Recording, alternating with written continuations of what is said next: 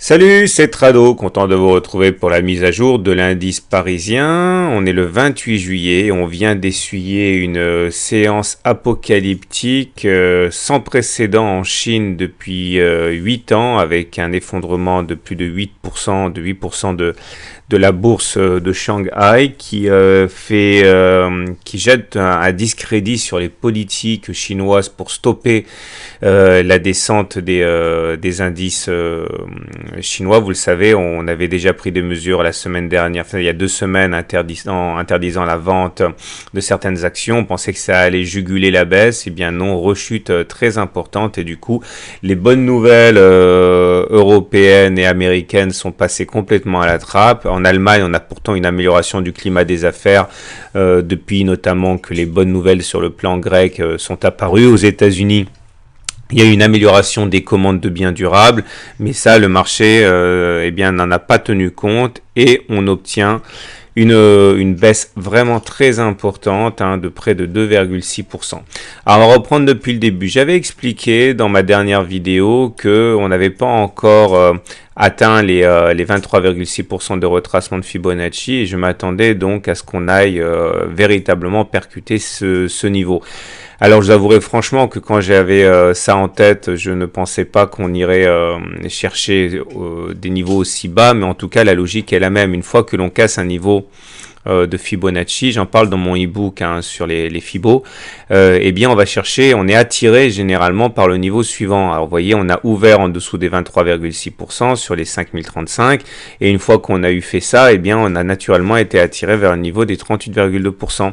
Ce niveau ayant lâché, eh bien vous comprendrez que la même logique est présente, c'est-à-dire qu'on va être attiré maintenant par les 50% de Fibonacci, à savoir les 4893, et ça c'est valable tant qu'on ne repasse pas au-dessus du niveau précédent des 38,2%.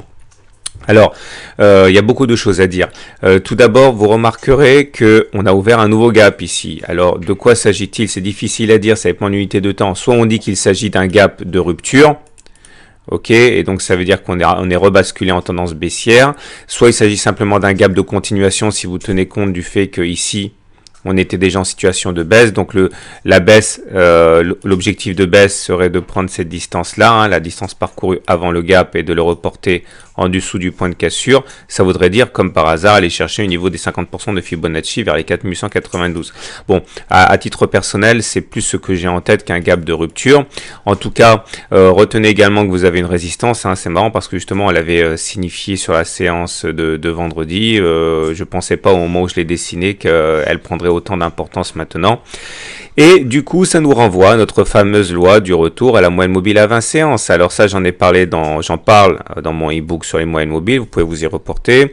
L'idée, c'est qu'on peut pas indéfiniment être en apesanteur par rapport à la M20, et régulièrement, lorsqu'on s'écarte trop, pouf, on va la chercher. C'est une loi statistique, à la hausse ou à la baisse. Là, pareil, vous voyez, une fois qu'on s'éloigne trop ça c'est la M20. Une fois qu'on s'éloigne trop de la M20, pouf, on est attiré comme par un élastique vers cette fameuse M20. Donc voilà, elle a joué à plein.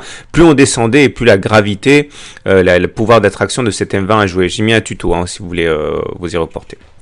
Alors, j'aimerais également, je saute du coq à l'âne rapidement parce que ça pourrait vous servir pour la prochaine fois. Vous savez, comme par hasard, la semaine dernière, on avait suivi un petit peu cette histoire en horaire, de nuages. On avait dit, voilà, pour l'instant, le nuage joue bien son rôle de support, mais attention, si on passe sous le nuage, on risque d'avoir une accélération baissière. Et regardez ce qui s'est passé après qu'on ait eu cassé le nuage significativement. Et bien, on a justement eu cet effet d'accélération baissière. Ça, j'en parle dans mon e-book sur Ichimoku, si vous voulez en savoir davantage.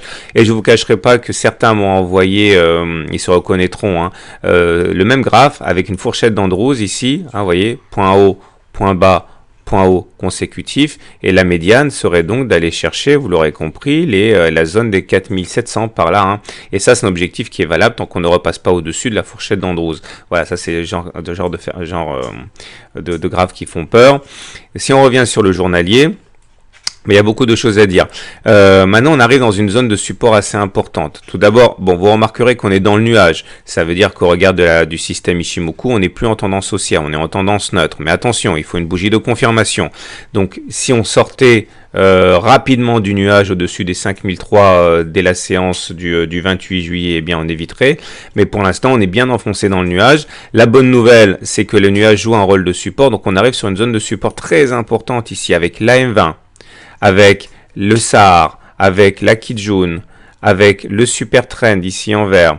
Et vous avez également, si vous zoomez un petit peu, un gap résiduel. Parce que là, on avait un super gap, le fameux gap de continuation dont on a parlé beaucoup. On voit que on l'a on l'a comblé de manière assez significative, mais on l'a pas complètement comblé. Il reste ce qu'on appelle un gap résiduel. C'est-à-dire qu'on n'est pas venu complètement fermer le gap ici, et tout ça c'est une zone de support. Donc la zone comprise globalement entre 4887 et 4927, 40 points ici, ça va pas être une mince affaire pour les baissiers d'aller les chercher.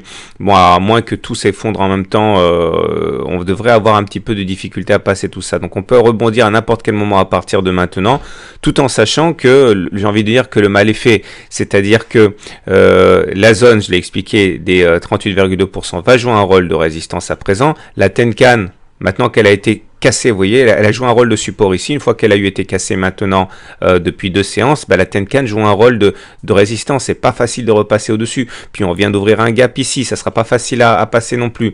Donc maintenant on est vraiment dans une zone de grande incertitude. Et même si ce n'est que mardi, je vous montre le graphe hebdomadaire. À ce niveau, c'est intéressant parce que là aussi on est sur une zone de support. La Kijun là, vous voyez, elle est en dessous, donc elle retient les cours. Puis derrière on a la Tenkan qui va retenir les cours.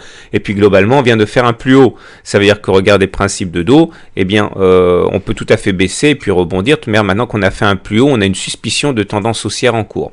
Bon, voilà. Alors beaucoup de choses à dire cette séance. On va juste terminer sur les indicateurs techniques, puisqu'il faut en parler.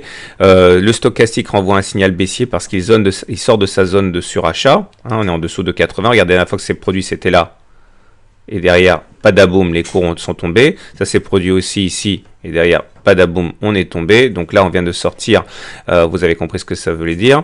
Et la hausse des volumes. Vous voyez, quand les volumes augmentent sur une baisse, ça veut dire que cette baisse est crédibilisée, est créditée de plus d'importance. Donc, vous voyez, dans l'immédiat, on peut envisager une difficulté à passer à la baisse, mais on a quand même pas mal de choses négatives. Donc, si on fait le bilan de tout ça, à titre personnel, je pense que on va aller chercher les 50% de Fibonacci avant éventuellement de repartir significativement à la hausse.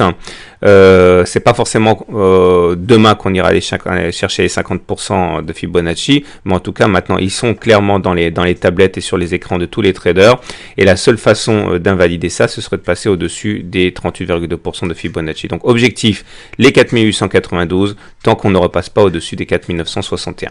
Voilà, désolé pour la longueur de cette vidéo, mais il y avait beaucoup de choses à dire.